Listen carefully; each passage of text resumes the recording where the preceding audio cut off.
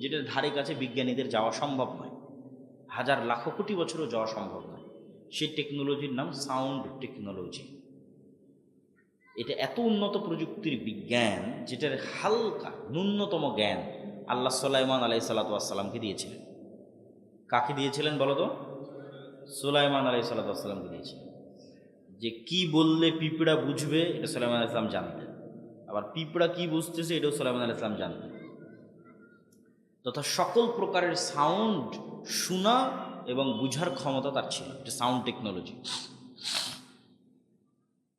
অনেক মুফাসসির লিখেছে যে সুলাইমান আলাইহিসসালাম যে বললেন, কে পারবা বিলকিসের সিংহাসনকে চোখের পলকে আমার এখানে উপস্থিত করাতে। তো ইফরিত মিনাল জিন, জিনদের একজন ইফরিত বলল, ইফরিত নামক, যে আপনি বসা থেকে দাঁড়ানোর আগে সিংহাসন এখানে উপস্থিত করব। তো সুলাইমান আলাইহিস সালাম রাজি হলেন না। তখন কোরআনের আয়াতে বলা আছে যে এমন একজন লোক যাকে আল্লাহ জ্ঞান দিয়েছিল।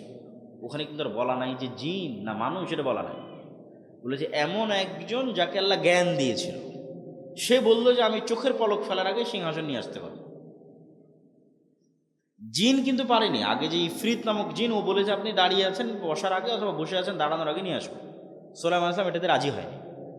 এমন একজন যাকে আল্লাহ জ্ঞান দিয়েছিল সে বলল আপনার চোখের পলক পড়ার আগে নিয়ে আসবো। তো অনেক মুফাসসির লিখেছে উনি বিশেষ জিকির দিয়েই কাজটা করেছে, সাউন্ড টেকনোলজি। এবং অনেক বিজ্ঞানী বলেছে যে পিরামিড যে তৈরি হয়েছে এত উঁচুতে যে পাথর চলে গেছে, আজকের পৃথিবীর সবচেয়ে বড় ক্রেন দিয়েও এত উঁচুতে পাথর নিয়ে যাওয়া সম্ভব নয়। কেমনে গেল? তো বলে এটা সাউন্ড টেকনোলজির সহযোগিতা ছাড়া এটা সম্ভব নয়। তো সাউন্ড টেকনোলজি খুব বড় একটা টেকনোলজি, যার ধারে কাছে আজকের বিজ্ঞান নাই। সেটা হচ্ছে আওয়াজ, জিকির। তো আল্লাহ সুবহানাহু ওয়া তাআলা ইসরাফিলকে বাঁশি দিয়ে রেখেছেন। ইসরাফিলের কান খাড়া হয়ে আছে। সারা পৃথিবী ধ্বংস করা হবে, আসমান জমিন ফেটে চৌচির হয়ে যাবে, পাহাড়গুলো আকাশে উড়বে আওয়াজের প্রভাবে, ইসরাফিলের বাঁশির আওয়াজে। তাহলে আওয়াজ কত পাওয়ারফুল হতে পারে যে পুরো পৃথিবী ধ্বংস করা হবে কি দিয়ে? আওয়াজ দিয়ে। এবার পৃথিবীর সব মানুষ মরে গেছে, জিব্রাইল, মিকাইল, মালাকুল মউত সব মরে গেছে, আল্লাহর আরশ বহনকারী তারাও মরে গেছে। আল্লাহ এখন সবাইকে জীবিত করবে অনেক দিন পর। কতদিন পর আল্লাহ ভালো জানে। তখন ইসরাফিলকে জীবিত করে আবার ইসরাফিলকে বলবে বাঁশিতে ফু দাও। এখন সারা পৃথিবীর মানুষ একবারে নিজ নিজ কবর থেকে উঠে উলঙ্গ এবং খালি পায়ে দৌড়াতে থাকবে আওয়াজে, ইসরাফিলের বাঁশির আওয়াজে। আওয়াজ কত পাওয়ারফুল হতে পারে! আওয়াজ জানা গেলে, আওয়াজ শিখা গেলে সে আওয়াজ খুবই পাওয়ারফুল। এমন কোনো অসম্ভব নয় যে অসম্ভব আওয়াজ দিয়ে সম্ভব করা সম্ভব নয়। তো ঠিক তেমনি মুহাম্মদ সাল্লাল্লাহু আলাইহি ওয়াসাল্লাম এবং তার উম্মতকে আল্লাহ যে মুজিজা দিয়েছেন, এটা মুসা আলাইহিস সালামের লাঠির চেয়ে বেশি পাওয়ারফুল। এটা ঈসা আলাইহিস সালাম যে অন্ধর চোখে হাত দিয়ে বলে দিতেন যে আর চোখ হয়ে গেল বিসমিল্লাহ, কারো মাথায় টাক ছিল বিসমিল্লাহ বলে দিলে চুল হয়ে গেল। তো ঈসা আলাইহিস সালামের ওই মুজিজার চেয়েও পাওয়ারফুল আল্লাহ একটা মুজিজা মুহাম্মদ সাল্লাল্লাহু আলাইহি ওয়াসাল্লাম এবং উম্মতে মুহাম্মাদিকে দিয়েছে। সেটা হচ্ছে এই কোরআন। বলেন আল্লাহু আকবার। কেননা এই কোরআন কার আওয়াজ? এটা আল্লাহর, সরাসরি আল্লাহর আওয়াজ। বলেন আল্লাহু আকবার। এই কোরআনের শব্দ এবং বাক্য আল্লাহর, যেটা আল্লাহ সুবহানাহু ওয়া তাআলার কাছ থেকে জিবরাইল আলাইহিস সালাম শুনেছে, জিবরাইলের কাছ থেকে মুহাম্মদ সাল্লাল্লাহু আলাইহি ওয়াসাল্লাম শুনেছে। আল্লাহর আওয়াজ, আল্লাহর শব্দ। এই জন্য এটার চেয়ে পাওয়ারফুল এবং শক্তিশালী আর কিছু নাই পৃথিবীতে এই কোরআনের চেয়ে। কেন এটা সাউন্ড টেকনোলজি, সাউন্ডের চেয়ে পাওয়ারফুল কিছু নাই। এই বিজ্ঞানের ধারে কাছে নাই, এই আওয়াজের ধারে কাছে নাই। এই জন্য জিকিরের মধ্যে সর্বশ্রেষ্ঠ জিকির হচ্ছে কোরআন। ওইটার উপর ঈমান থাকতে হবে, বুঝতে হবে, পড়তে হবে, সকল কাজে লাগবে, সকল কাজে। তো যে কোনো অসম্ভবকে সম্ভব করা যায় জিকির দিয়ে। এইটার আর এক দুইটা উদাহরণ দিয়ে আজকের বক্তব্যের শেষের দিকে চলে যাব। মুসা আলাইহিস সালাতু ওয়াস সালামকে আল্লাহ যখন ফেরাউনের কাছে পাঠালেন, তখন মুসা আলাইহিস সালামকে আল্লাহ লাঠি দিলেন, বগলের নিচ থেকে হাত বের করলে সেটা জলজল করে, এই মুজিজা দিলেন। তারপরে মুখের যে জড়তা ছিল সেটা ভালো করে দিলেন। সব ভালো করে দেওয়ার পর আল্লাহ মুসা আলাইহিস সালামকে বলছেন, ওয়ালা তানিয়া ফি জিকরি, মুসা এগুলো যা দিলাম এগুলো সব অ্যাক্টিভ থাকবে, ফাংশন করবে যদি তুমি আমাকে জিকিরে না ভুলে যাও। খবরদার আমাকে জিকিরে ভুলবা না। এখন কল্পনা করেন মুসা আলাইহিস সালাম 1 সপ্তাহ থেকে নামাজে নাই, সালাত আদায় করেন 1 সপ্তাহ থেকে জিকিরে নাই। তো এখন 1 সপ্তাহ পরে লাঠি ছাড়ে, লাঠি আর সাপ হয় না। লাঠি দিয়ে সমুদ্রের উপর বাড়ি মারে, রাস্তা হয় না। লাঠি দিয়ে পাথরে আঘাত করে, ঝর্ণা তৈরি হয় না। কারণ এগুলো সব ডিঅ্যাক্টিভেট হয়ে গেছে। যুবকেরা বুঝতে পারলা? তোমাদের ফেসবুক টিকটকের অ্যাকাউন্ট ডিঅ্যাক্টিভেট হয়ে যায় না? ডিঅ্যাক্টিভেট হয়ে গেছে। এটা অ্যাক্টিভেট থাকবে ততক্ষণ যতক্ষণ পৃথিবীর সর্বোচ্চ মেশিন হচ্ছে কালব। মুসা আলাইহিস সালাতু ওয়াস সালামের কালব সালাতের মাধ্যমে এবং জিকিরের মাধ্যমে আল্লাহর সাথে কানেক্টেড থাকবে। ততক্ষণ আল্লাহ যে মোজেজাগুলো দিয়েছে এগুলো ফাংশনাল থাকবে। সমুদ্রে বাড়ি মারলে রাস্তা তৈরি হয়ে যাবে, পাহাড়ে পাথরে আঘাত করলে ঝর্ণা তৈরি হয়ে যাবে, ছেড়ে দিলে সাপ তৈরি হয়ে যাবে। তাহলে অ্যাক্টিভেট থাকবে যতক্ষণ এই সর্বোচ্চ পর্যায়ের মেশিনটা জিকিরের মাধ্যমে কার সাথে কানেক্টেড আছে? আল্লাহর সাথে কানেক্টেড আছে। তাহলে নেটওয়ার্কে বিচ্ছিন্নতা আসা যাবে না। বুঝতে পারেন? নেটওয়ার্কে বিচ্ছিন্নতা আসলে আর বাকিগুলো কোনো কাজ করবে না। এই জন্য জিকির খুবই গুরুত্বপূর্ণ। জিকিরবিহীন কলব এবং সালাতবিহীন মানুষ, এর সাথে আল্লাহ সুবহানাহু ওয়া তাআলার কোনো লেনাদেনা নাই।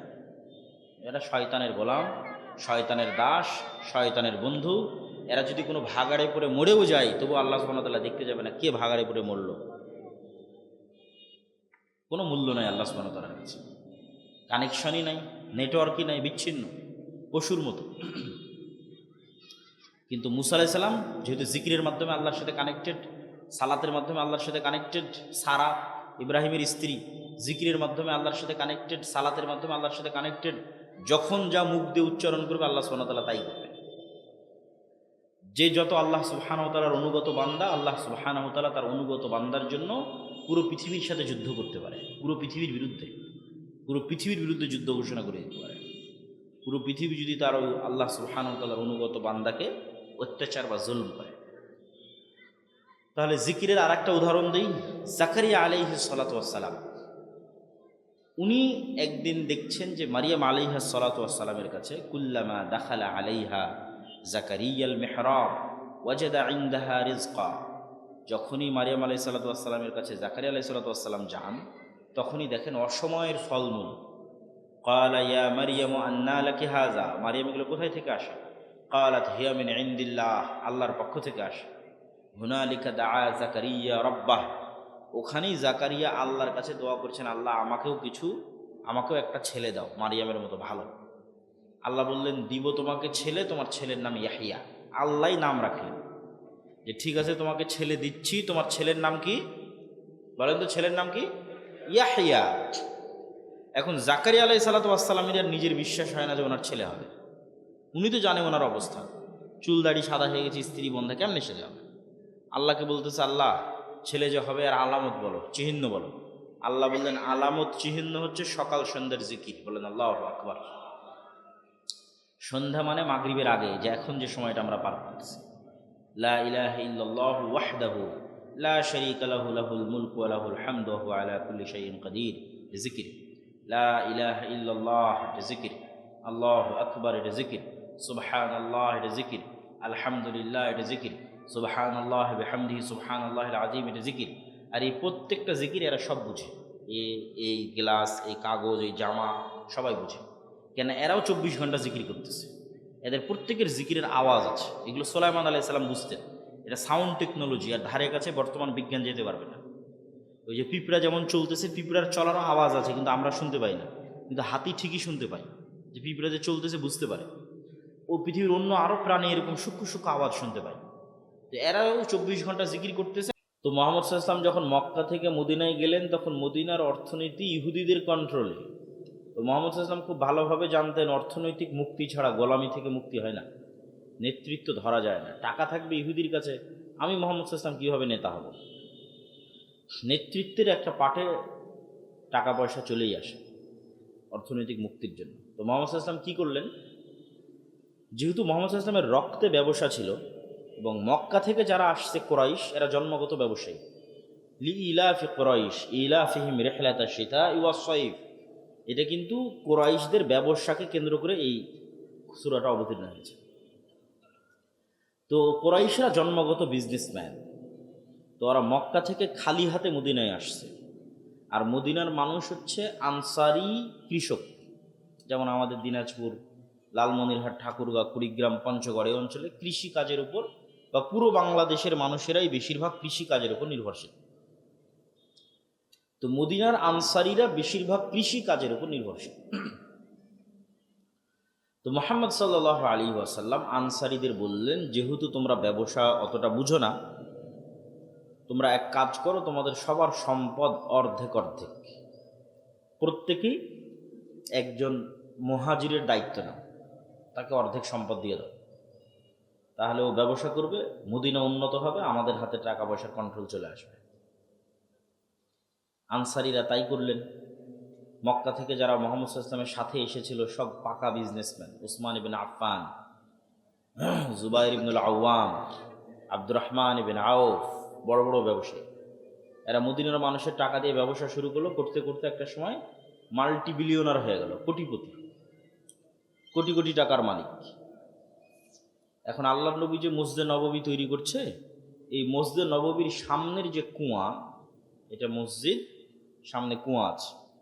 তো আগের যুগে তো পানির সংকট, বিশেষ করে মরুভূমিতে পানির সংকট একটা বড় বিষয়।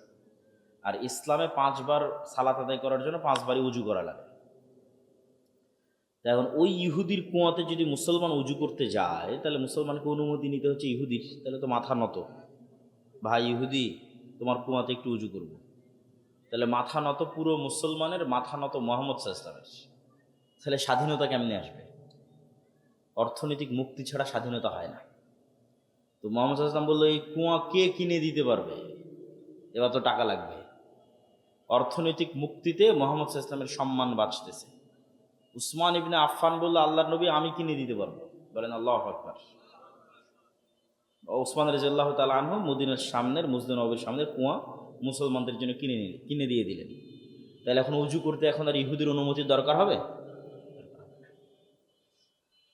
এই জন্য অর্থনৈতিক মুক্তি, জ্ঞান শিক্ষা, অর্থনৈতিক মুক্তি খুব দরকার। বাংলাদেশের যুবক ছেলেমেয়েরা মনে করে যে চাকরি করেই খেতে হবে। যখন মানুষ মনে করবে যে এটাই মনে হয় আমার একমাত্র কাজ, তখন তো আর নতুন রাস্তা তৈরি হবে না।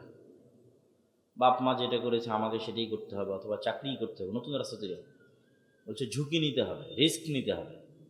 যখন তুমি ঝুঁকি এবং রিস্ক নিয়ে কঠিন রাস্তায় পা দিবা, তখন তোমার পায়ের আঘাতে নতুন নতুন ঝর্ণা তৈরি হবে। হাজার চশমা ফুটে তেরে সঙ্গে রাহ আছে। কঠিন রাস্তায় পা দিলেই পায়ের আঘাতে ঝর্ণা তৈরি হয়। ঠিক আছে, এই জন্য উম্মতে মুহাম্মাদি হচ্ছে যাযাবর, মরুবিদুইন। পৃথিবীতে কোথাও এক জায়গায় স্থির থাকে। কোনো সাহাবিকে পাবা না, খুব অল্প সংখ্যক সাহাবি যারা মদিনায় মৃত্যুবরণ করেছে, যারা মক্কায় নিজ বাড়িতে নিজ ঘরে মৃত্যুবরণ করেছে, কেউ না। কে সিরিয়াতে, কে ইয়ামানে, কে ভারতে, কে আফগানিস্তানে, যে যেখানে পেরেছে সে সেখানে ব্যবসায়িক কাজ আর দিনের দাওয়াত নিয়ে ছড়িয়ে পড়েছে। কিন্তু এখন আমরা 190 বছর ব্রিটিশদের গোলামি করে, উর্দুতে একটা শব্দ আছে নওকার। নওকার মানে হচ্ছে চাকর। তো বাংলাতে যতদিন আমি চাকরি শব্দটা শুনেছি, ততদিন আমার ব্রেনে এই জিনিসটা কাজ করে। উর্দুতে যখন ভারতে ছিলাম, তখন ওরা বলে যে আপকো কাহি নৌকরি মিলি, নৌকরি করনা है कि नहीं करना, मतलब নৌকরি মানে হচ্ছে চাকরি। তখন আমি দেখলাম কি রে, নৌকার থেকে নৌকরি, নৌকার মানে চাকর, সেখান থেকে নৌকরি। তো বাংলাতেও তো একই অবস্থা, চাকর, চাকর থেকে চাকরি। তো আসলে চাকরি করা মানে আসলে চাকর। চাকরি শব্দটা এসেছে চাকর থেকে, যেমন নৌকরি শব্দটা এসেছে নৌকার থেকে। হ্যাঁ, কেউ না কেউ চাকরি করবেই, চাকরি না করলে ব্যবসায়িক প্রতিষ্ঠান চলবে না, বন্ধ হয়ে যাবে। কিন্তু সবাই যদি মনে করে যে আমি ব্যবসায়ী হব, তবুও চাকরি করার লোক থাকবে। বাংলাদেশের 18 কোটি মানুষও যদি ব্যবসায়ী হয়ে যায়, তাহলে আফ্রিকা থেকে লোক এখানে চাকরি করতে আসবে, কোনো সমস্যা নেই। আল্লাহর দুনিয়া এরকমই। কিন্তু তার মানে এই নয় যে আমাকেই সেই চাকরিটা করতে হবে, এটা নয়, চেষ্টা করতে হবে, রিস্ক নিতে হবে। তো এই কথাটা কোন কথা থেকে আসলো, যে এই যে যুবকেরা উদ্যোগ নিচ্ছে, এই উদ্যোগে অর্থনৈতিক সহযোগিতা, কেন অর্থনৈতিক মুক্তি ছাড়া আসলে গোলামি থেকে মুক্তি হয় না। আর আমাদের আজকের আলোচ্য বিষয়বস্তু গোলামি থেকে মুক্তির রাস্তা। তো আমরা প্রথমেই আলোচনা শুরু করলাম অর্থ দিয়ে। অর্থনৈতিক মুক্তির জন্য আর একটা জিনিস লাগবে, সুদ মুক্ত সমাজ। কি মুক্ত সমাজ বলেন না, যে কি মুক্ত সমাজ? সুদ মুক্ত সমাজ। সুদ মুক্ত সমাজ তৈরি করার ক্ষেত্রে বললাম হারাম, বললাম গুনাহ। আমার শ্রদ্ধেয় পিতা আব্দুর রাজ্জাক বিন ইউসুফের সুদের বিরুদ্ধে যত শক্ত বক্তব্য আছে, অত বক্তব্য আমাদের পক্ষে দেওয়া সম্ভব, অত শক্ত বক্তব্য তো ওটাই যথেষ্ট মানুষের জন্য। তা আমি কি বুঝাতে চাই মানুষকে? আমি মানুষকে বুঝাতে চাই সুদ হারাম, এ কথা তো ঠিক আছে, কিন্তু সুদ হচ্ছে দাসত্ব, সুদ হচ্ছে গোলামি। এবং শুধু মুসলমানদের জন্য নয়, পৃথিবীর প্রত্যেক মানুষের জন্য। পৃথিবীর প্রত্যেক মানুষের পায়ে গোলামির জিঞ্জির বেঁধে রেখেছে সুদ। হিন্দুর জন্য গোলামি, খ্রিস্টানের জন্য গোলামি, ইহুদির জন্য গোলামি, মুসলমানের জন্য গোলামি। পৃথিবীর মানুষের মৌলিক স্বাধীনতা বিনষ্টকারী হচ্ছে সুদ। এমনকি শুধু মানুষ গোলাম নয়, দেশকেও গোলাম বানাতে পারে। এবং সুদ হচ্ছে জুলম, অত্যাচার। এই অত্যাচার টাকার উপরে হয়, অর্থনৈতিক ফ্লো, অর্থনৈতিক গতির উপরে অত্যাচার হয়। টাকার একটা নিজস্ব স্বাভাবিক গতি আছে, টাকার একটা স্বাভাবিক নিজস্ব মান আছে, যে মানটা সম্পদের বিপরীতে, স্বর্ণের বিপরীতে নির্ধারিত হওয়া উচিত। তো সুদ যখন সমাজে প্রচলিত হয়ে যায়, তখন মানুষের মধ্যে গোলামির জিঞ্জিরে আবদ্ধ হওয়ার যে প্রবণতা, এটা তৈরি হয়ে যায়। কিভাবে? ধরেন, যত মা এবং বোন বক্তব্য শুনতেছে, এদের অনেকেই কোনো না কোনোভাবে কিস্তির সাথে যুক্ত আছে। তো এই কিস্তির লোন তোমরা স্বেচ্ছাসেবকরা কি করতেছো? পিছনে যারা আছে ওনাদের বসার ব্যবস্থা করো না কেন? অনেক মানুষ পিছনে দাঁড়িয়ে আছে, যারা আপনারা পিছনে দাঁড়িয়ে আছেন একটু বসেন। বক্তব্য শেষ করতে করতে যদি বসা না হয়, তাহলে বক্তব্য কেমনে হবে? বক্তব্য শেষে যে আপনারা বুঝতে পারলেন না, তাহলে তো হবে না। সব স্বেচ্ছাসেবককে অনুরোধ জানাচ্ছি, তোমরা পিছনে যাও এবং সবার বসার ব্যবস্থা করো, এবং গেটের ওখানে 2 জন দাঁড়িয়ে থাকো, যাতে কেউ দাঁড়িয়ে না থাকতে পারে পুরো প্যান্ডেলে। যার বসার ইচ্ছা হচ্ছে না, সে যেন চলে যায়। তো যত মা এবং বোন কিস্তিতে টাকা নিয়েছে, তারা সবাই কোনো না কোনোভাবে মিথ্যা বলে। কোনো না কোনোভাবে কি বলে? মিথ্যা বলে। আজ না কাল দিব, কাল না পরশু দিব, আজ এই সমস্যা, কাল এই সমস্যা।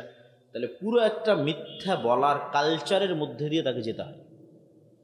এবং এই মিথ্যার সাথে সে তার সন্তান সন্ততি, পাড়া প্রতিবেশীকেও যুক্ত করে ফেলে, যে বাবা তুমি এটা বলো, আজকে মা বাড়িতে নেই, বা আজকে এটা হয়েছে।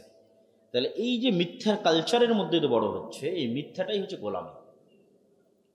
যে কোনো মানুষ যখন 2 নাম্বারই রাস্তা অবলম্বন করে, ধোঁকা, মিথ্যা এবং দুর্নীতির রাস্তা অবলম্বন করে, তখন সে আসলে গোলাম হয়, গোলাম হয়ে যায়। সে আর স্বাধীন থাকতে পারে না, কেননা সে তার আত্মসম্মান, আত্মমর্যাদাকে বিক্রি করে দিয়েছে। এবং ওই মানুষের ব্রেনকে কিনে নেওয়া অন্টুর ব্যাপার। যে আজকে 5টা টাকা পাওয়ার জন্য মিথ্যা বলছে, 5টা টাকা দিবে না মর্মে মিথ্যা বলছে। ওকে যদি আমি বলি তোমাকে 500 কোটি টাকা দেবো, ওই লোককে মেরে দাও, মেরে দিবে। ওকে যদি বলি তোমাকে 50 কোটি টাকা দেবো, তুমি এটা বলো, বলে দিবে। তার মানে সে টাকার কাছে কি হয়ে যাবে? বিক্রি হয়ে যাবে। তাহলে যে টাকার কাছে বিক্রি হয়, সে গোলাম, এবং পুরো প্রজন্ম গোলাম। ভারতের গোলাম, হিন্দুস্তানের গোলাম, আমেরিকার গোলাম, যারাই টাকা পয়সা দিবে তাদের গোলাম। তাহলে গোলামির জিঞ্জির থেকে মুক্ত হওয়ার জন্য সত্যবাদিতা, ন্যায়পরায়ণতার উপর অটল থাকতে হয়। তাহলে আপনি নেতা হতে পারবেন। বাংলাদেশের নেতা নয়, পৃথিবীর নেতা হয়ে যাবেন। শুধু বাংলাদেশের না, পুরো পৃথিবীর নেতা হবে যদি মুসলমানরা এই একটা গুণের উপর অটল থাকে, যে 2 নাম্বার কোনো রাস্তা অবলম্বন করব না, দুর্নীতি, ধোঁকা, মিথ্যা, প্রতারণার অংশ হবে না। তো এই দুর্নীতি, মিথ্যা, ধোঁকা, প্রতারণার অংশ থেকে বেঁচে থাকার জন্য সুদ বা লোন থেকে বেঁচে থাকা খুব জরুরি। এটা আপনাকে মিথ্যার রাস্তায় টেনে নিবেই।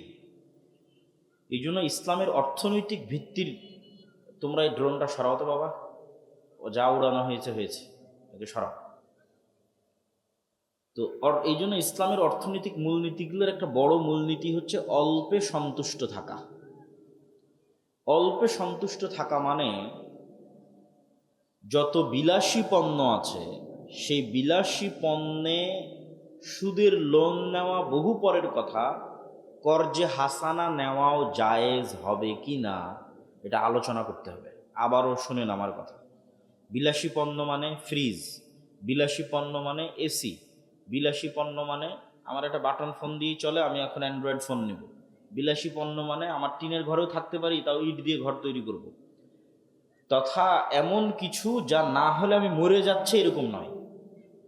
আমার ছেলে অ্যাক্সিডেন্ট করেছে, মেডিকেলে আছে, এখন আমার টাকার দরকার, সেটা ভিন্ন।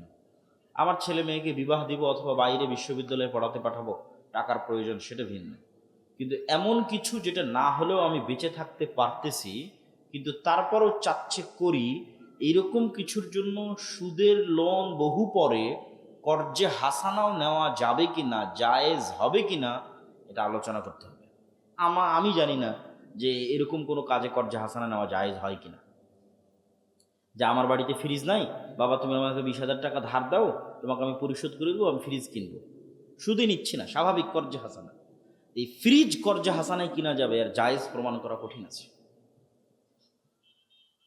কর্জে হাসানাই তখন নেওয়া যাবে, সুদের লোন বহু পরে, কর্জে হাসানাই তখন নেওয়া যাবে যখন বিপদে, তখন। আর স্বাভাবিক জীবনে অল্পে সন্তুষ্ট, অল্পে সন্তুষ্ট, সবর, যতদূর পর্যন্ত হালাল ইনকামে চলে, যতদূর পর্যন্ত হালাল ইনকামে চলে। আর এই কারণেই এই সমস্ত জিনিসগুলো ক্রয়ের কারণে আমরা ধনী হতে পারি না, গরিব হয়ে যাই। এটা আজকে একটা ফাইন্যান্সের একটা মূলনীতি দিয়ে যাই। যারা MBA BBA করে ওরা আরও ভালো বলতে পারবে।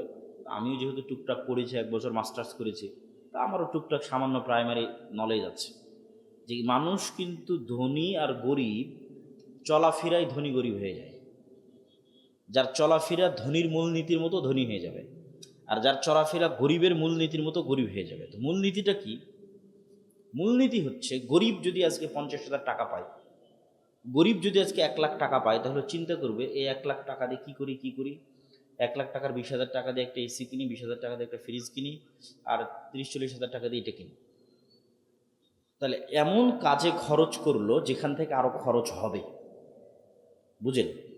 এমন জায়গায় খরচ করলো যেখান থেকে আরও কি হবে, খরচ হবে। এসির বিল আসবে না, কারেন্টের বিল আসবে না, ফ্রিজ চললে কারেন্টের বিল আসবে না, বিল আসবে। মোটরসাইকেল যদি কিনে ওখানে তেল দেওয়া লাগবে না, তেল দেওয়া লাগবে। ও যদি মোবাইল কিনে মোবাইলে টাকা ঢুকানো লাগবে না, ইন্টারনেটের বিল দেওয়া লাগবে না, ওয়াইফাই নিলে ওয়াইফাইয়ের বিল দেওয়া লাগবে না। তাহলে এমন কাজে খরচ করলো যেখান থেকে আরও টাকা খরচের রাস্তা তৈরি হলো, এ গরিব হবে, জীবনে কোনো দিন ধনী হতে পারবে না, লিখে নেন। আর যারা ধনী হয় ওরা কি করে? ধনী যদি 1 লাখ টাকা আজকে পায়, তাহলে চিন্তা করবে 1 লাখ টাকা কি করলে আরও 5টা টাকা ইনকাম করা যাবে। জাস্ট এই এক সিদ্ধান্তে মানুষ ধনী হয় আর গরিব হয়। যে আমি আজ 1 লাখ টাকা ইনকাম করেছি, আমি এখন চিন্তা করছি 1 লাখ টাকা কি করলে আরও 5 টাকা ইনকাম করা যায়। তখন 1 লাখ টাকা দিয়ে একটা গরু কিনলো, গরু কিনে বাড়িতে রাখলো, 3 মাস পর কুরবানি দিয়ে বিক্রি করে দিল। এই কিন্তু একদিন না একদিন ধনী হবেই হবে, আপনি লিখে রাখেন। শুধু এই সিদ্ধান্তে মানুষ ধনী আর গরিব হয়ে যায়। তাহলে ও কি কোনোদিন এসি ফ্রিজ কিনবে না? মূলধন খরচ করে কখনো এসি ফ্রিজ কিনতে হয় না, বিলাসী পণ্য কিনতে হয় না। মূলধনকে আরও টাকা বানানোর জন্য ইনভেস্ট করতে হয়। ওখান থেকে যখন আবার 5-10 টাকা লাভ আসবে, ওই লাভের টাকা জমিয়ে জমিয়ে যদি কোনোদিন আপনি 5 বছরে একটা ফ্রিজ কিনলেন, ওই লাভের টাকা জমিয়ে জমিয়ে আর 5 বছরে একটা এসি কিনলেন, তাতে সমস্যা নেই। কিন্তু মূল যে বেতনের টাকা পাচ্ছেন, সেই বেতনের টাকাটি দিয়ে মূল যেটা ধান বিক্রি করে টাকা হয়েছে, এই মূল টাকাটি দিয়ে আপনি এমন জায়গায় খরচ করলেন যেখানে আরও বেশি খরচ হবে, তাহলে আপনি জীবনে কোনোদিন ধনী হতে পারবেন না, মরা পর্যন্ত গরিব থেকে যাবেন। এই জন্য মূল টাকাটা ইনভেস্ট হতে হবে যেখান থেকে আবার কি আসবে, বলেন তো, আবার কি আসবে?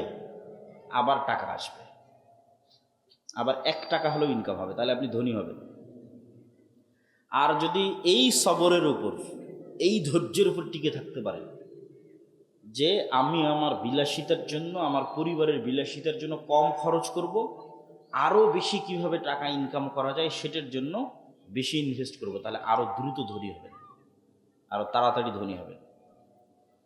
আর যে যত বিলাসী সে তত গরিব, যে যত বিলাসী সে তত গরিব, যে যত ত্যাগী সে তত ধনী, যে যত ত্যাগী সে তত ধনী। আর টাকা যখন আসবে তখন প্রথমে খরচ করতে হবে গরিব মিসকিনের জন্য, অসহায়ের জন্য, মসজিদ মাদ্রাসার জন্য। কেননা টাকা দিয়ে জান্নাত কিনতে হবে, ইবাদত দিয়ে জান্নাতের গ্যারেন্টি দেওয়া খুব কঠিন, গুনাহ থেকে মুক্ত থেকে জান্নাতের গ্যারেন্টি দেওয়া কঠিন। কে এখানে দাঁড়িয়ে বলতে পারবে যে আমি এক ওয়াক্ত সালাতো কাজা করি না? কে দাঁড়িয়ে বলতে পারবে যে আমি এক ওয়াক্ত সালাতো দুনিয়ার কথা চিন্তা করি না? কেউ বলতে পারবে না। কে দাঁড়িয়ে বলতে পারবে যে আমি নিষ্পাপ, জীবনে একটাও গুনাহ করিনি?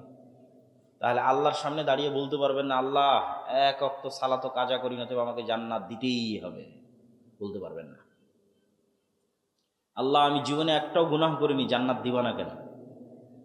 তাহলে জান্নাতে যাওয়া নির্ভর করতেছে আল্লাহর দয়ার উপর, যে আল্লাহ সালাত তো ভালো মতো আদায় করতে পারিনি, মাফ করে দাও। আল্লাহ গুনাহ তো অনেক করেছি, ক্ষমা করে দাও। আল্লাহ দয়া করে ক্ষমা করে দিলে জান্নাতে যেতে পারে। কিন্তু চ্যালেঞ্জ দিয়ে জান্নাতে যাওয়ার দুইটা রাস্তা আছে। চ্যালেঞ্জ, জান্নাতে যাবই, তার একটা হচ্ছে টাকা। যে ঠিক আছে যতদূর পারছি আল্লাহর ইবাদত করি, অন্তত 5 ওয়াক্ত সালাত ঠিক রাখি, কবিরা গুনাহ থেকে বেঁচে থাকি, তারপরে যদি ভুল ত্রুটি কিছু হয়, ইবাদতে যদি কিছু কমতি হয়, তাহলে জান প্রাণ দিয়ে টাকা ইনকাম করো, টাকা ইনকাম করে ওই টাকা আল্লাহর রাস্তায় দান করো। দিয়ে কিয়ামতের মাঠে ধনী অবস্থায় উঠো, গরিব অবস্থায় উঠিও না। দুনিয়াতে যারা ধনী তাদের যে কোনো বিপদ ওরা টাকা দিয়ে কাটিয়ে উঠতে পারে। যে ঠিক আছে এখনই আমার অসুখ হয়েছে, চলে গেলাম সিঙ্গাপুর, টাকা আছে যে। ঠিক আছে আমার এই সমস্যা, কেস কোর্ট কাচারি মামলা হয়েছে, টাকা দিয়ে বের হয়ে গেল, জরিমানা দিয়ে বের হয়ে গেল। তো এই সেম ধনী মানুষেরা কিয়ামতের মাঠে এক্সট্রা বেনিফিট পাবে যদি কিয়ামতের মাঠে ধনী অবস্থায় উঠে। তো কিয়ামতের মাঠে তার ইনস্ট্যান্ট টাকা ইনকাম করার সুযোগ নাই, কিয়ামতের মাঠে তার ইনস্ট্যান্ট মানুষের কাছে টাকা ধার নেওয়ার সুযোগ নাই। তাহলে কিয়ামতের মাঠে ধনী অবস্থায় উঠতে হলে আগেই দিয়ে যেতে হবে, মানে এখন কোটি কোটি টাকা কিয়ামতের অ্যাকাউন্টে জমা করে যেতে হবে। দিয়ে এখন কিয়ামতের মাঠে যখন উঠলেন তখন আপনি মনে করেন 100 কোটি টাকার মালিক, কথা বলতেছে। দেন 100 কোটি টাকার মালিক, যত সালাতে কমতি আছে, আর যত আল্লাহর হস্তে গুনাহ আছে, আর যত মানুষ পাওনাদার আছে, যে আল্লাহ আমার নামে গীবত করেছে, আল্লাহ আমাকে গাল দিয়েছে, আল্লাহ আমাকে কমেন্টে নিন্দা করেছে, আল্লাহর কাছে তো কেস আসতে থাকবে। আর ও পাশে বসে থেকে টাকা দিতে থাকবে। আর 100 কোটি টাকার মালিক না, টাকা দিতে দিতে দিতে দিতে জান্নাত আর কিনা হয়ে গেছে। কোনোটাতেই আর ওকে কেউ আটকাতে পারলো না, ও এখন সোজা জান্নাতে চলে যাবে। বলেন আল্লাহু আকবার। এই জন্য জান্নাত নিশ্চিত করার জন্য টাকা লাগবে, এবং ওই টাকা আল্লাহর রাস্তায় ব্যয় করতে হবে। ওই সমস্ত মানুষেরা খুবই ভাগ্যবান যারা টাকা ইনকামও করতে পারে, আবার টাকা আল্লাহর রাস্তায় ব্যয়ও করতে পারে। কিছু মানুষ আছে টাকা ইনকাম করতে পারে ঠিকই, কিন্তু ওই যে ছেলেটা বললো না যে আনন্দ উৎসব, ডিজে পার্টি, বিনোদন, ঘোরাফেরা, গান বাজনা, মদ, নারী, দুবাই, ঠিক আছে, বেহায়াপনা বেলেল্লাপনাতে টাকা শেষ করে দিচ্ছে। তো ওর কথা নয়, যে টাকা ইনকামও করতে পারে আবার টাকা কোথায় ব্যয় করতে পারে? আল্লাহর রাস্তায়। খুব সৌভাগ্যবান, খুবই সৌভাগ্যবান, এর কাছে জান্নাত বিক্রি হয়ে যাবে। এই জন্য যুবকেরা বসে থাকার কোনো সুযোগ নাই, অলসতার কোনো সুযোগ ইসলামে নাই, সময় নষ্টের কোনো সুযোগ ইসলামে নাই। আল্লাহ সুবহানাহু ওয়া তাআলা এই পৃথিবীকে নেতা হওয়ার জন্য দুইটা ফাংশনের উপর দাঁড় করিয়ে রেখেছে। একটা ফাংশনের নাম জ্ঞান এবং শিক্ষা, আর একটা ফাংশনের নাম সত্যবাদিতা এবং ন্যায়পরায়ণতা। তুমি মোবাইলের যেই বাটনে চাপ দিবা সেই বাটন সেইভাবেই কাজ করবে। তো এখন ইহুদি খ্রিস্টানেরা যদি জ্ঞান অর্জন করে, শিখে, পড়ে, লেখে, আর মুসলমানের সন্তানেরা, সৈয়দপুরের সন্তানেরা যদি গান বাজনা, ফ্রি ফায়ার, পাবজি, ইউটিউব, ঠিক আছে, আইপিএল, বিপিএল, অনলাইন বেটিং, জুয়া, বিড়ি, সিগারেট, মদ, এগুলো যত সময় নষ্টের রাস্তা আছে এগুলোতে সময় নষ্ট করে, তো আল্লাহ বলবে না যে ইহুদি খ্রিস্টান তোরা থাম, তোরা এত পড়তেছিস, এত জ্ঞান অর্জন করতেছিস, তোদেরকে আমি নেতা বানাবো না। আমার সৈয়দপুরে একটা মদখোর, জুয়াখোর বান্দা আছে, ওকে নেতা বানাবো। এটা করবে নাকি আল্লাহ? তোমাদের কি মনে হয়? আল্লাহ এটা করবেন? জি না। যে জ্ঞান অর্জন করবে ও নেতা হবে, এভাবেই পৃথিবী দাঁড়িয়ে আছে। আর যে এই যে জুয়া মদ নেশায় সময় দেবে, গোলাম হবে, বাই ডিফল্ট অটোমেটিক গোলাম। 14 গোষ্ঠী প্রজন্মের পর প্রজন্ম গোলাম। জন্য নেতা হতে হলে জ্ঞান ছাড়া রাস্তা নাই। নেতা হতে হলে প্রোডাক্টিভ সময়কে কাজে লাগিয়ে পরিশ্রম করে টাকা উপার্জন করা ছাড়া রাস্তা নাই। নেতা হতে হলে সত্যবাদী, ন্যায়পরায়ণ। ঠিক আছে, তোমার জ্ঞান আছে বুঝলাম, তোমার টাকা আছে বুঝলাম, কিন্তু তুমি সেই জ্ঞানকে বিক্রি করে দিচ্ছ। বিদেশ থেকে ডক্টরেট ডিগ্রি পাশ করে এসে যেই কোম্পানি হাদিয়া দিয়েছে গাড়ি BMW, ওই কোম্পানির ওষুধ লেখে আজীবন। তাহলে তো জ্ঞানকে বিক্রি করে দিল। তাহলে তোর সত্যবাদিতা, ন্যায়পরায়ণতার উপর অটল থাকতে পারলো না। উঠে দিয়ে হবে না, সবগুলো লাগবে। আরও 3টে জিনিস লাগবে মুসলমানদের জন্য বিশেষ করে, সেটা হচ্ছে আল্লাহ সুবহানাহু ওয়া তাআলার সাহায্য। আল্লাহর সাহায্য ছাড়া ইসলাম এবং মুসলমানদের বিজয় হয় না। আর আল্লাহর সাহায্য পৃথিবীতে নেমে আসে রাতের সালাত দিয়ে, সকাল সন্ধ্যার জিকির দিয়ে।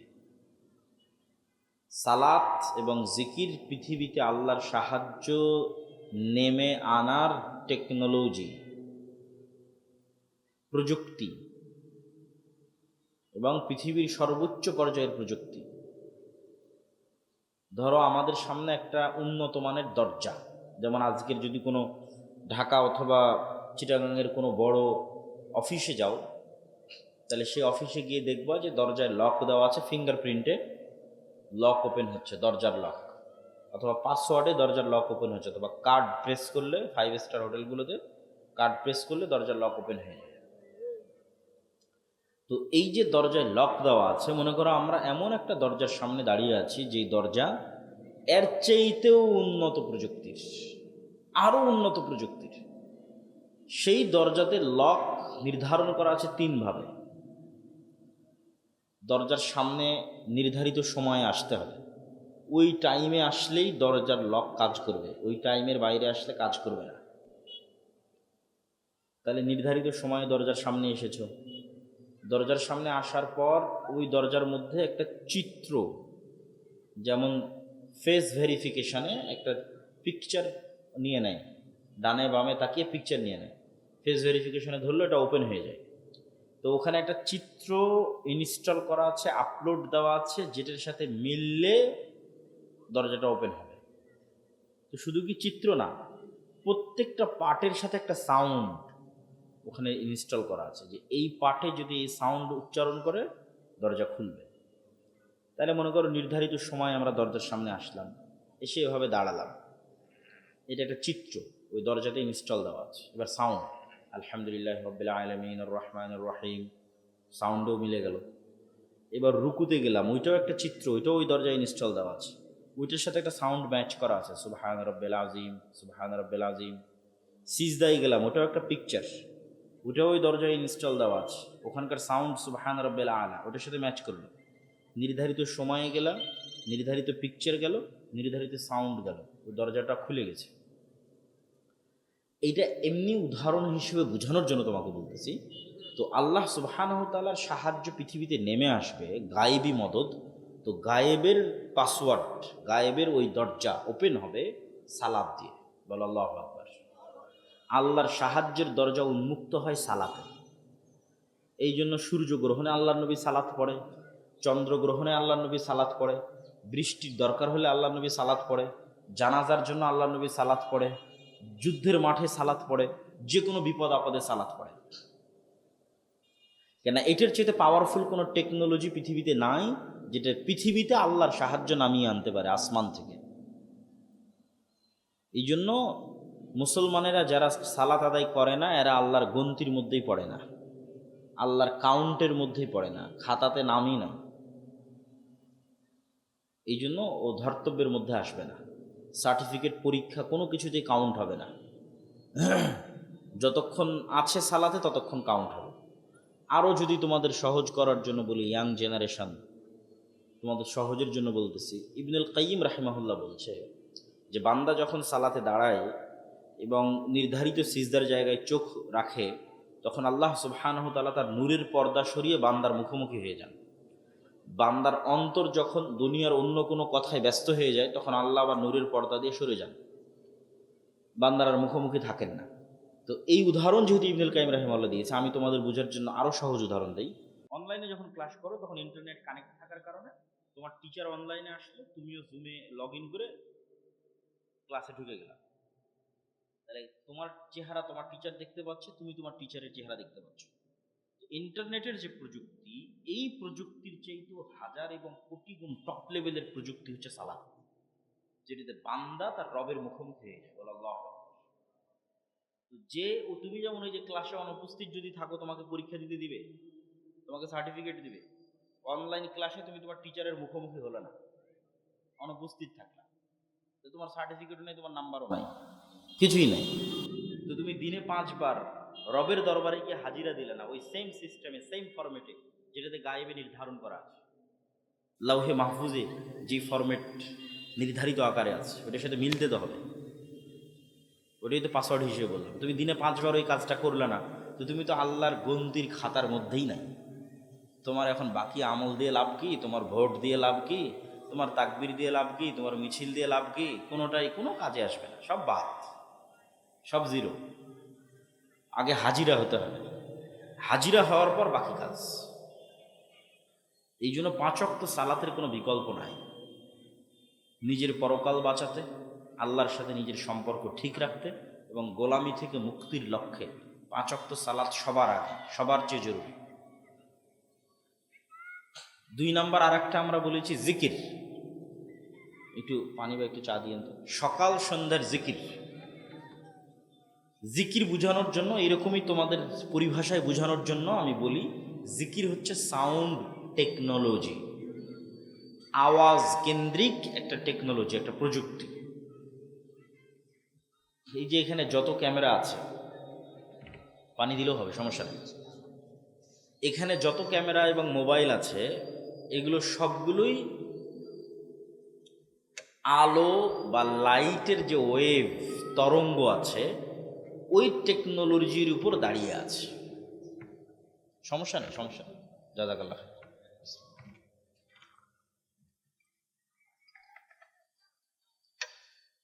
আলোর টেকনোলজির উপর দাঁড়িয়ে আছে মানে, এই যে আমরা আলো দেখতে পাচ্ছি, আলো আমার কথাকে বহন করতে পারে, আমার লেখা ওইটাকে ডাটাকে ধারণ করতে পারে। আমি এখান থেকে বলতেছি, এই আলো এই কথাটাকে ওর গতিতে উড়িয়ে নিয়ে আমেরিকা চলে যাচ্ছে মোবাইলের মাধ্যমে। এখন বলতেছে আমেরিকায়, ওরা এখন শুনতে পাচ্ছে। এটা আগেও যেত, পৃথিবী যেদিন থেকে আছে সেই দিন থেকেই যায়, আমরা জানতাম না, আমরা ব্যবহার করতে পারিনি, শিখিনি ব্যবহার করা। এখন ব্যবহার করা শিখেছি, নেটওয়ার্ক লাগিয়েছি, ঠিক আছে, টাওয়ার লাগিয়েছি, মোবাইল বানিয়েছি, এখন ব্যবহার করতে পারতেছি, কিন্তু যেত আগে থেকে। আমি বলতেছি আমার এই কথা এখন ইনস্ট্যান্ট আমেরিকা চলে যাচ্ছে, আগে থেকেই যেত। কিন্তু আলোর মধ্যে দিয়ে যে ডাটা যায়, এটা আমরা জানতাম না, তথ্য প্রবাহিত হয়, এটা আমরা জানতাম না। এখন শিখে গেছি, এখন ব্যবহার করতেছি। তো এইটা একটা টেকনোলজি, যেটার উপর এখনকার পৃথিবী দাঁড়িয়ে আছে, এখনকার কম্পিউটার, এখনকার মোবাইল, ল্যাপটপ সব দাঁড়িয়ে আছে। তো আর একটা টেকনোলজির কথা আমরা বলতেছি, যেটা এটার চাইতেও লক্ষ কোটি গুণ উন্নত, যেটার ধারে কাছে বিজ্ঞানীদের যাওয়া সম্ভব নয়, হাজার লাখ কোটি বছরও যাওয়া সম্ভব নয়। সেই টেকনোলজির নাম সাউন্ড টেকনোলজি। এটা এত উন্নত প্রযুক্তির বিজ্ঞান, যেটার হালকা ন্যূনতম জ্ঞান আল্লাহ সুলাইমান আলাইহিস সালাতু ওয়াস সালামকে দিয়েছিলেন। কাকে দিয়েছিলেন বলো তো? সুলাইমান আলাইহিস সালাতু ওয়াস সালামকে দিয়েছিলেন। যে কি বললে পিঁপড়া বুঝবে, এটা সুলাইমান আলাইহিস সালাম জানতেন। আবার পিঁপড়া কি বুঝতেছে, এটাও সুলাইমান আলাইহিস সালাম জানতেন। তথা সকল প্রকারের সাউন্ড শোনা এবং বুঝার ক্ষমতা তার ছিল। এটা সাউন্ড টেকনোলজি। অনেক মুফাসসির লিখেছে যে সুলাইমান আলাইহিস সালাতু ওয়াস সালাম যে বললেন, কে পারবা বিলকিসের সিংহাসনকে চোখের পলকে আমার এখানে উপস্থিত করাতে। তো ইফরিত মিনাল জিন, জিনদের একজন ইফরিত বলল, ইফরিত নামক, যে আপনি বসা থেকে দাঁড়ানোর আগে সিংহাসন এখানে উপস্থিত করব। তো সুলাইমান আলাইহিস সালাম রাজি হলেন না। তখন কোরআনের আয়াতে বলা আছে যে এমন একজন লোক যাকে আল্লাহ জ্ঞান দিয়েছিল। ওখানে কিন্তু আর বলা নাই যে জিন না মানুষ, এটা বলা নাই, বলে যে এমন একজন যাকে আল্লাহ জ্ঞান দিয়েছিল। সে বলল যে আমি চোখের পলক ফেলার আগে সিংহাসন নিয়ে আসতে পারবো। জিন কিন্তু পারেনি। আগে যে ইফরিত নামক জিন, ও বলে যে আপনি দাঁড়িয়ে আছেন বসার আগে অথবা বসে আছেন দাঁড়ানোর আগে নিয়ে আসবো। সুলাইমান আলাইহিস সালাম এটাতে রাজি হয়নি। এমন একজন যাকে আল্লাহ জ্ঞান দিয়েছিল, সে বলল আপনার চোখের পলক পড়ার আগে নিয়ে আসবো। তো অনেক মুফাসসির লিখেছে উনি বিশেষ জিকির দিয়ে এই কাজটা করেছে, সাউন্ড টেকনোলজি। এবং অনেক বিজ্ঞানী বলেছে যে পিরামিড যে তৈরি হয়েছে এত উঁচুতে যে পাথর চলে গেছে, আজকের পৃথিবীর সবচেয়ে বড় ক্রেন দিয়েও এত উঁচুতে পাথর নিয়ে যাওয়া সম্ভব নয়। কেমনে গেল?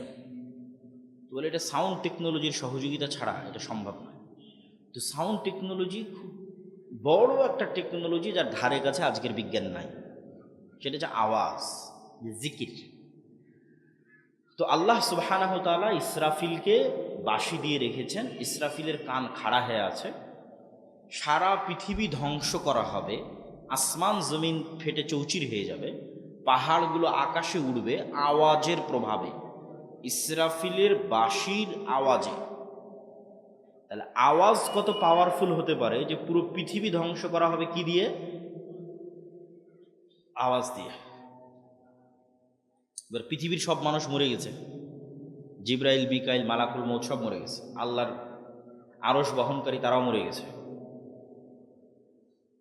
আল্লাহ এখন সবাইকে জীবিত করবে অনেক দিন পর। কতদিন পর আল্লাহ ভালো জানে। তখন ইসরাফিলকে জীবিত করে আবার ইসরাফিলকে বলবে বাঁশিতে ফু দাও। এখন সারা পৃথিবীর মানুষ একবারে নিজ নিজ কবর থেকে উঠে উলঙ্গ এবং খালি পায়ে দৌড়াতে থাকবে আওয়াজে, ইসরাফিলের বাঁশির আওয়াজে। আওয়াজ কত পাওয়ারফুল হতে পারে! আওয়াজ জানা গেলে, আওয়াজ শিখা গেলে সে আওয়াজ খুবই পাওয়ারফুল। এমন কোনো অসম্ভব নাই যে অসম্ভব আওয়াজ দিয়ে সম্ভব করা সম্ভব নয়। তো ঠিক তেমনি মুহাম্মদ সাল্লাল্লাহু আলাইহি ওয়াসাল্লাম এবং তার উম্মতকে আল্লাহ যে মুজিজা দিয়েছেন, এটা মুসা আলাইহিস সালামের লাঠির চেয়ে বেশি পাওয়ারফুল। এটা ঈসা আলাইহিস সালাম যে অন্ধর চোখে হাত দিয়ে বলে দিতেন যে এর চোখ হয়ে গেল বিসমিল্লাহ, কারো মাথায় টাক ছিল বিসমিল্লাহ বলে দিলে চুল হয়ে গেল। তো ঈসা আলাইহিস সালামের ওই মুজিজার চেয়েও পাওয়ারফুল আল্লাহ একটা মুজিজা মুহাম্মদ সাল্লাল্লাহু আলাইহি ওয়াসাল্লাম এবং উম্মতে মুহাম্মাদিকে দিয়েছে, সেটা হচ্ছে এই কোরআন। বলেন আল্লাহু আকবার। কেননা এই কোরআন কার আওয়াজ? এটা আল্লাহর, সরাসরি আল্লাহর আওয়াজ। বলেন আল্লাহু আকবার। এই কোরআনের শব্দ এবং বাক্য আল্লাহর, যেটা আল্লাহ সুবহানাহু ওয়া তাআলার কাছ থেকে জিবরাইল আলাইহিস সালাম শুনেছে, জিবরাইলের কাছ থেকে মুহাম্মদ সাল্লাল্লাহু আলাইহি ওয়াসাল্লাম শুনেছে। আল্লাহর আওয়াজ, আল্লাহর শব্দ। এই জন্য এটার চেয়ে পাওয়ারফুল এবং শক্তিশালী আর কিছু নাই পৃথিবীতে এই কোরআনের চেয়ে। কেন এটা সাউন্ড টেকনোলজি, সাউন্ডের চেয়ে পাওয়ারফুল কিছু নাই। এই বিজ্ঞানের ধারে কাছে নাই, এই আওয়াজের ধারে কাছে নাই। এই জন্য জিকিরের মধ্যে সর্বশ্রেষ্ঠ জিকির হচ্ছে কোরআন।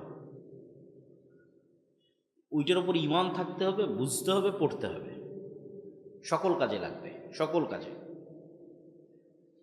তো যে কোনো অসম্ভবকে সম্ভব করা যায় জিকির দিয়ে। এইটার আর এক দুটো উদাহরণ দিয়ে আজকের বক্তব্যের শেষের দিকে চলে যাব।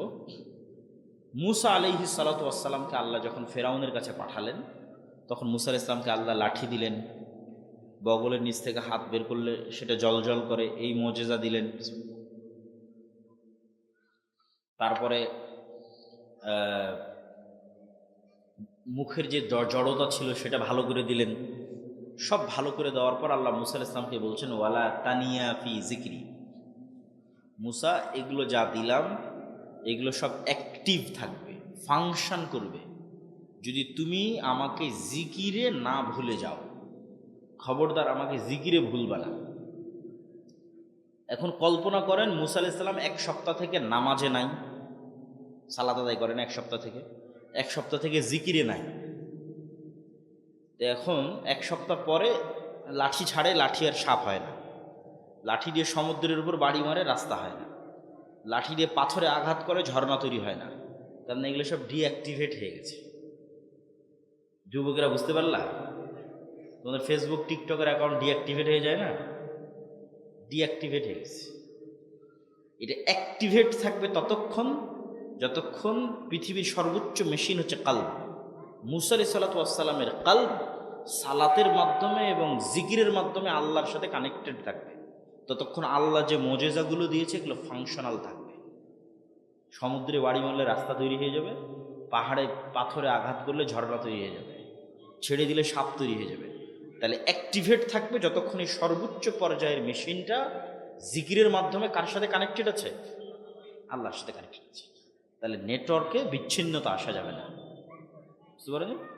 নেটওয়ার্কে বিচ্ছিন্নতা আসলে আর বাকিগুলো কোনো কাজ করবে না। এই জন্য জিকির খুবই গুরুত্বপূর্ণ। জিকিরবিহীন কলব এবং সালাতবিহীন মানুষ, এর সাথে আল্লাহ সুবহানাহু ওয়া তাআলার কোনো লেনাদেনা নাই। এরা শয়তানের গোলাম, শয়তানের দাস, শয়তানের বন্ধু। এরা যদি কোনো ভাগাড়ে পড়ে মরেও যায় তবু আল্লাহ সুবহানাহু ওয়া তাআলা দেখতে যাবে না কে ভাগাড়ে পড়ে মরল। কোনো মূল্য নাই আল্লাহ সুবহানাহু ওয়া তাআলার কাছে। কানেকশনই নাই, নেটওয়ার্কই নাই, বিচ্ছিন্ন, পশুর মতো। কিন্তু মুসা আলাইহিস সালাম যেহেতু জিকিরের মাধ্যমে আল্লাহর সাথে কানেক্টেড, সালাতের মাধ্যমে আল্লাহর সাথে কানেক্টেড, সারা ইব্রাহিমের স্ত্রী জিকিরের মাধ্যমে আল্লাহর সাথে কানেক্টেড, সালাতের মাধ্যমে আল্লাহর সাথে কানেক্টেড। যখন যা মুখ দিয়ে উচ্চারণ করবে আল্লাহ সুবহানাহু ওয়া তাআলা তাই করবে। যে যত আল্লাহ সুবহানাহু ওয়া তাআলার অনুগত বান্দা, আল্লাহ সুবহানাহু ওয়া তাআলা তার অনুগত বান্দার জন্য পুরো পৃথিবীর সাথে যুদ্ধ করতে পারে, পুরো পৃথিবীর বিরুদ্ধে যুদ্ধ ঘোষণা করে দিতে পারে। পুরো পৃথিবী যদি তার আল্লাহ সুবহানাহু ওয়া তাআলার অনুগত বান্দাকে অত্যাচার বা জুলম করে। তাহলে জিকিরের আর একটা উদাহরণ দিই। জাকারিয়া আলাইহিস সালাতু ওয়াস সালাম, উনি একদিন দেখছেন যে মারিয়াম আলাইহিস সালাতু ওয়াস সালামের কাছে কুল্লামা দাখালা আলাইহা জাকারিয়াল মিহরাব ওয়াজাদা ইনদাহা রিজকা, যখনই মারিয়াম আলাইহিস সালাতু ওয়াস সালামের কাছে জাকারিয়া আলাইহিস সালাতু ওয়াস সালাম যান তখনই দেখেন অসময়ের ফলমূল। ক্বালা ইয়া মারিয়াম আন্না লাকি হাযা, মারিয়াম এগুলো কোথায় থেকে আসে? ক্বালাত হিয়া মিন ইনদিল্লাহ, আল্লাহর পক্ষ থেকে আসে। হুনালিকা দাআ জাকারিয়া রাব্বাহ, ওখানেই জাকারিয়া আল্লাহর কাছে দোয়া করছেন, আল্লাহ আমাকেও একটা ছেলে দাও মারিয়ামের মতো ভালো। আল্লাহ বললেন দিব তোমাকে ছেলে, তোমার ছেলের নাম ইয়াহিয়া। আল্লাহই নাম রাখলেন যে ঠিক আছে তোমাকে ছেলে দিচ্ছি, তোমার ছেলের নাম কি বলেন তো? ছেলের নাম কি? ইয়াহিয়া। এখন জাকারিয়া আলাইহিস সালাতু ওয়াস সালামের নিজের বিশ্বাস হয় না যে ওনার ছেলে হবে। উনি তো জানে ওনার অবস্থা, চুল দাড়ি সাদা হয়ে গেছে, স্ত্রী বন্ধা, কেমনে ছেলে হবে? আল্লাহকে বলতেছে আল্লাহ ছেলে যে হবে আর আলামত বলো, চিহ্ন বলো। আল্লাহ বললেন আলামত চিহ্ন হচ্ছে সকাল সন্ধ্যার জিকির। বলেন আল্লাহু আকবার। সন্ধ্যা মানে মাগরিবের আগে, যে এখন যে সময়টা আমরা পার করতেছি। লা ইলাহা ইল্লাল্লাহু ওয়াহদাহু লা শারীকা লাহু লাহুল মুলকু ওয়া লাহুল হামদু ওয়া হুয়া আলা কুল্লি শাইইন কাদির, জিকির। লা ইলাহা ইল্লাল্লাহ, এটা জিকির। আল্লাহু আকবার, এটা জিকির। সুবহানাল্লাহ, এটা জিকির। আলহামদুলিল্লাহ, এটা জিকির। সুবহানাল্লাহি ওয়া বিহামদিহি সুবহানাল্লাহিল আযীম, এটা জিকির। আর এই প্রত্যেকটা জিকির এরা সব বুঝে। এই গ্লাস, এই কাগজ, এই জামা সবাই বুঝে। কেন? এরাও 24 ঘন্টা জিকির করতেছে। এদের প্রত্যেকের জিকিরের আওয়াজ আছে। এগুলো সুলাইমান আলাইহিস সালাম বুঝতেন। এটা সাউন্ড টেকনোলজি, আর ধারে কাছে বর্তমান বিজ্ঞান যেতে পারবে না।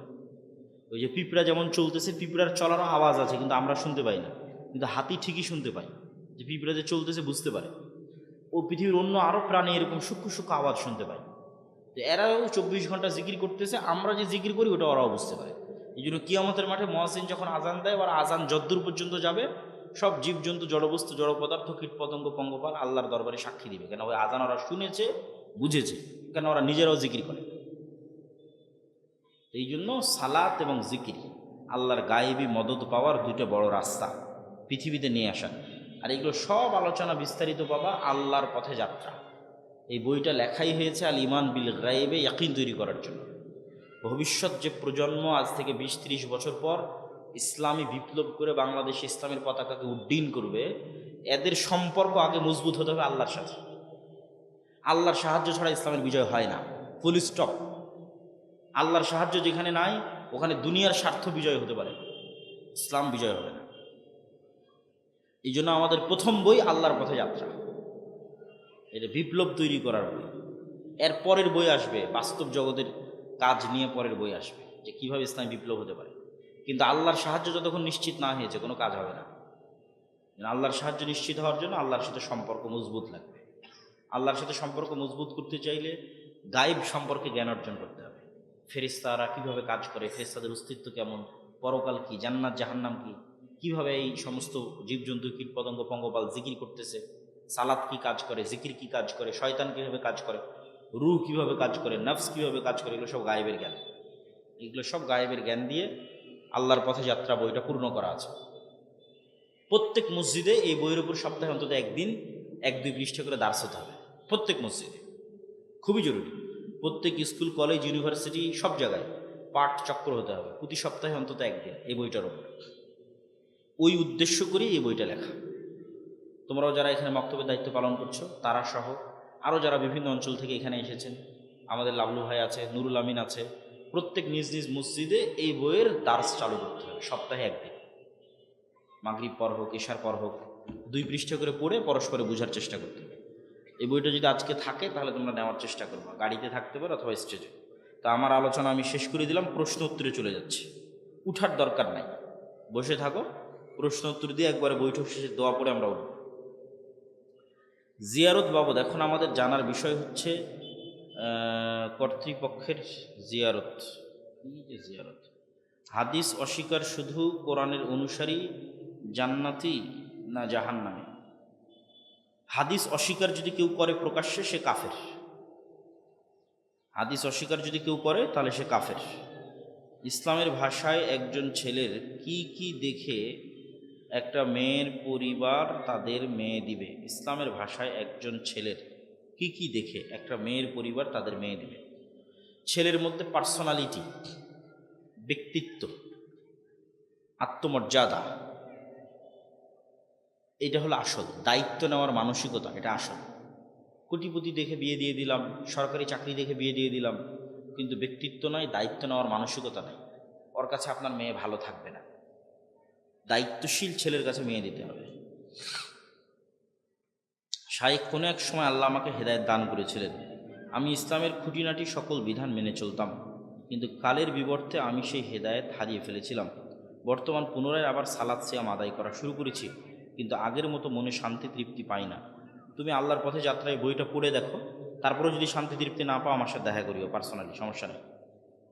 জোহরের 4 রাকাত বিশিষ্ট সুন্নাত। এই যে সালাতের যত প্রশ্ন আছে না, এটা নিয়ে আমাদের একটা বই আছে, 1000 প্রশ্নের উত্তর। তায়াম্মুম, অজু, ফরজ গোসল, হায়েজ, নেফাস, সালাত, ঠিক আছে, সবগুলো মিলে 1000 প্রশ্নের উত্তর আছে। স্টেজের পিছনে ওই পাশে রাস্তার দিকে যেতে, ঠিক আছে, রাস্তার দিকে গাড়িতে বই আছে। ইসলাম কি যৌথ পরিবার সমর্থন করে? করলেও মহিলাদের পর্দার বিধান কি?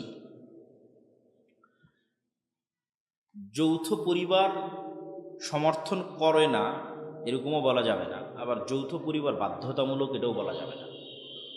এখন আমি যদি ছেলে হই তাহলে আমার উপর শুধু আমার স্ত্রী আর ছেলে মেয়ের দায়িত্ব এটা নয়, আমার উপর আমার বাপ মায়েরও দায়িত্ব আছে। তাহলে বাপ মায়ের দায়িত্বটা আমাকে বাপ মায়ের সাথে বাপ মায়ের বাড়িতে থেকেই পালন করতে হবে এটাও জরুরি নয়, পরিবেশ পরিস্থিতির উপর নির্ভর করে। এখন যৌথ ফ্যামিলিতে যদি থাকা হয় সেক্ষেত্রে পর্দার বিধানে মাহরাম এবং নন মাহরাম মেনটেন করা একটু কষ্টকর হয়। তো মাহরাম এবং নন মাহরাম মেনটেন করার ক্ষেত্রে একটু সতর্ক থাকলে, পরিবারের সকল সদস্য আন্তরিক থাকলে, সহযোগিতাপূর্ণ থাকলে এটাও অত কঠিন নয়। একটু কষ্টকর কিন্তু অত কঠিন নয়। ভবিষ্যতে একজন আদর্শ মা হওয়ার জন্য কী ধরনের প্রস্তুতি নেওয়া যেতে পারে এ সম্পর্কে একটু বিস্তারিত আলোচনা করবেন। আদর্শ মা হওয়ার জন্য 2টি জিনিস লাগবে, লজ্জা এবং জ্ঞান। লজ্জা এবং জ্ঞান। পোশাকের লজ্জা নয়, অন্তরের লজ্জা। পোশাকের পর্দা নয়, অন্তরের শরম, অন্তরের হায়া, মনের শরম, মনের হায়া। যে মা যত লজ্জাশীলা সে তত ভালো মা, সে তত আদর্শ মা, এবং তার সন্তান তত শক্তিশালী, পাওয়ারফুল, বীর বিক্রম, মহাবীর হবে, বিদ্রোহী বিপ্লবী হবে। আর 2 নম্বর হচ্ছে জ্ঞান। জ্ঞান থাকলে আত্মমর্যাদা তৈরি হয়, যে কোনো পরিবেশ পরিস্থিতিকে ট্যাকেল দেওয়া যায়, নিজের সন্তান সন্ততিকে শেখানো যায়, পাড়া প্রতিবেশী আত্মীয় স্বজনকে শেখানো যায়। জ্ঞান অর্জন করতে হবে, লজ্জাশীলা হতে হবে। শাইখ সহি শুদ্ধভাবে কোরআন শিক্ষার কোনো বই? আমাদের তাজবিদের একটা বই আছে, পৃথিবীর সর্বশ্রেষ্ঠ তাজবিদের বই, চিত্রসহ তাজবিদ শিক্ষা, আর তাজবিদ আল মুসাওয়ার। এই বইটার উপর অনলাইনে অনেক কোর্সও আছে। এই বইটাকে সামনে রেখে অনলাইনের কোর্সগুলো করলে আশা করি কোরআন শুদ্ধ হবে ইনশাল্লাহ। ব্যাংকে টাকা রেখে সেই টাকা থেকে যে লাভ আসবে, লাভের টাকা যদি গরিব দুঃখীদের মাঝে বন্টন করে দিই, তাহলে আমার আসল টাকাটা আমার জন্য হালাল হবে কি? প্রথমত চেষ্টা করতে হবে ব্যাংক থেকে কোনো প্রকার অতিরিক্ত লভ্যাংশ না নেওয়ার। যদি নিতে হয় তাহলে তাহলে সেটা নিজের কাছে ব্যয় না করে নেকির আশা ছাড়া জনকল্যাণমূলক কাজে ব্যয় করে দিতে হবে। জানাজার সালাত 4 তাকবীরে হবে। প্রথম তাকবীরের পর সূরা ফাতিহা, তারপরের তাকবীরের পর দরুদ, তারপরের তাকবীরের পর বিভিন্ন দোয়া, তারপরের তাকবীরের পর সালাম পড়তে পারে। কেউ যদি গোসলের ফরজ সমূহ আদায় করে, গোসল করার পর সালাতের জন্য নতুন করে উজু না করে, গোসল করার সময়ই তো ফরজ, গোসলের সময়ই তো উজু করার সুন্নাত আছে, তখন যদি উজু করে নেয় গোসল করার পূর্বেই, আর উজু করার দরকার নাই। আউয়াল ওয়াক্তে সালাত আদায় না করলে কি সালাত হবে না? সালাত হবে, কিন্তু আল্লাহ সুবহানাহু ওয়া তাআলা চান যে যখনই কোনো জিনিস ফরজ হচ্ছে, তো মানুষ তো এখনই মারা যেতে পারে। ধরেন 12:15টায় জোহরের সালাতের টাইম হয়ে গেছে, আর আমার মৃত্যু নির্ধারণ করা আছে দুপুর 2টার সময়। তাহলে দুপুর 2টার সময় আমি মারা গেলাম, এমতো অবস্থায় যে আমি জোহরের সালাত আদায় করিনি, আমার উপর একটা সালাত নিয়েই আমি দুনিয়া থেকে বিদায় নিলাম। তাহলে এখন 12:15টার সময় সালাতের সময় হয়ে গেছে, আমি তখনই সালাত আদায় করে নিয়েছি। তাহলে আমি আল্লাহর আদেশের সাথে খুব দ্রুত অ্যাক্টিভ থাকি, এটা আল্লাহ খুবই পছন্দ করে। এই জন্য ইবাদতের মধ্যে সবচেয়ে গুরুত্বপূর্ণ ইবাদত আউয়াল ওয়াক্তে সালাত আদায় করা। কেন তখনই আদেশ শুরু হয়েছে, কে সবার আগে দেখি? যে সবার আগে সেই তো আল্লাহর শ্রেষ্ঠ বান্দা। আমার জামা ছিঁড়ে গেছে, ছেঁড়া জামা শরীরে পড়া অবস্থায় সেলাই করলে কি? না তো, এরকম এগুলো কুসংস্কার, কোনো ক্ষতি হবে না।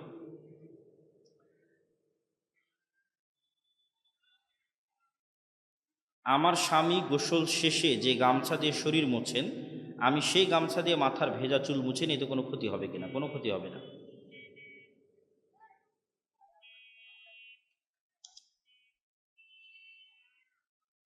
গর্ভধারিণী নারীরা যখন গর্ভধারণ করেন, নির্ধারিত 6 মাস 7 মাস পরে তার শ্বশুর বাড়িতে গিয়ে কি স্বাদ খাওয়ানো হয়?